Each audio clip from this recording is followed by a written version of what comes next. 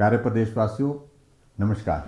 पूरे देश भर में लॉकडाउन 4.0 समाप्त हुआ है पिछले कल, और आज से पूरे देश भर में अनलॉक 1 की शुरुआत हुई है। मुझे आप सबको ये बताते हुए प्रसन्नता है कि कोरोना वायरस के इस दौर में से गुजरते हुए अब आम जनजीवन ठीक प्रकार से सुचारू रूप से चल सके, उस दृष्टि से कुछ महत्वपूर्ण निर्णय केंद्र सरकार ने लिए हैं, और केंद्र सरकार के साथ साथ में हमने हिमाचल प्रदेश सरकार की ओर से भी लिए हैं। हिमाचल प्रदेश में हमने पिछले कल निर्णय लिया कि जो हमारी पब्लिक ट्रांसपोर्ट है वो सुचारू रूप से आज से सभी सड़कों पर चलना शुरू हो जाएगी। यानी कि बसें, चाहे वो सरकारी बसें हैं चाहे वो प्राइवेट बसें हैं, सभी बसें जो हैं आज से काम करना शुरू कर देंगी। लेकिन उसके बावजूद उसमें हमने ये तय किया है कि उसमें 60% ऑक्यूपेंसी रहेगी। यानी कि पूरी बस में अगर 52 सीटें हैं तो 52 की 52 सीटें नहीं भरी जाएंगी, और उसमें 60% ही लोग उसमें बैठेंगे, ताकि सोशल डिस्टेंसिंग को हम जो है मेंटेन कर सकें। ये बहुत आवश्यक है।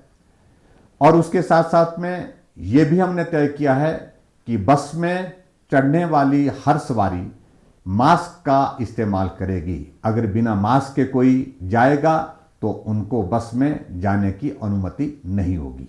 इसी के साथ एक जिले से दूसरे जिले में जाने की व्यवस्था पहले परमिट के माध्यम से थी, पास के माध्यम से थी, और अब आज से हमने उस व्यवस्था को समाप्त कर दिया है। एक जिले से दूसरे जिले में बिना पास के आप जा सकते हैं, और इसमें किसी प्रकार की आपको कोई रुकावट नहीं होगी। लेकिन उसके बावजूद बाहर के प्रदेश से हिमाचल प्रदेश में आने वाले व्यक्ति को हिमाचल प्रदेश में पास लेना होगा, ताकि हम सुनिश्चित कर सकें कि उक्त व्यक्ति कहां से आ रहा है, और आने के पश्चात क्या उसको होम क्वारंटीन में भेजना है या फिर उसको इंस्टीट्यूशनल क्वारंटीन में भेजना है। हमने ये भी तय किया, खास तौर से देश के कुछ हिस्से जहां कोरोना वायरस के मामले बहुत बड़ी संख्या में हैं, वहां से कोई व्यक्ति आता है तो उनको इंस्टीट्यूशन क्वारंटीन में भेजा जाएगा। जहां मामले कम हैं वहां उनको होम क्वारंटीन भेजने की व्यवस्था पर हमने निर्णय किया है। पिछले बहुत लंबे समय से हमारे सारे मंदिर और धार्मिक प्रतिष्ठान जो है बंद पड़े हैं। अब हमने निर्णय लिया कि 8 तारीख से, यानी कि 8 जून से हिमाचल प्रदेश में सभी धार्मिक स्थानों को खोल दिया जाएगा दर्शन के लिए। लेकिन वहां भी इस बात को सुनिश्चित करने की व्यवस्था की गई है कि सोशल डिस्टेंसिंग, मास्क का इस्तेमाल, और उसके साथ साथ में एहतियात और सावधानी के साथ जा कर के हम दर्शन कर सकते हैं। लेकिन मैं यहाँ पर यह भी स्पष्ट करना चाहता हूँ कि अभी तक ये मंदिर, ये धार्मिक स्थान जो हमने खोले हैं, उनमें सिर्फ हिमाचल के लोग ही दर्शन करने के लिए जा सकते हैं। बाहर से कोई पर्यटक, बाहर से कोई लोग आकर के इन मंदिरों में अभी तक फिलहाल नहीं जा सकेंगे। इसके साथ हमने एक और निर्णय लिया है कि हिमाचल प्रदेश के होटल और रेस्टोरेंट वो भी हम 8 तारीख से खोल रहे हैं। लेकिन हिमाचल प्रदेश में होटल और रेस्टोरेंट टूरिस्ट के लिए नहीं, जो लोग हिमाचल के हैं वो जा सकते हैं, रह सकते हैं। और इसके अतिरिक्त हिमाचल से बाहर से जो लोग हिमाचल प्रदेश में किसी काम के सिलसिले में आते हैं, वो लोग इन होटल में रह करके और वहाँ पर खाना खा सकते हैं, वहाँ पर रह सकते हैं।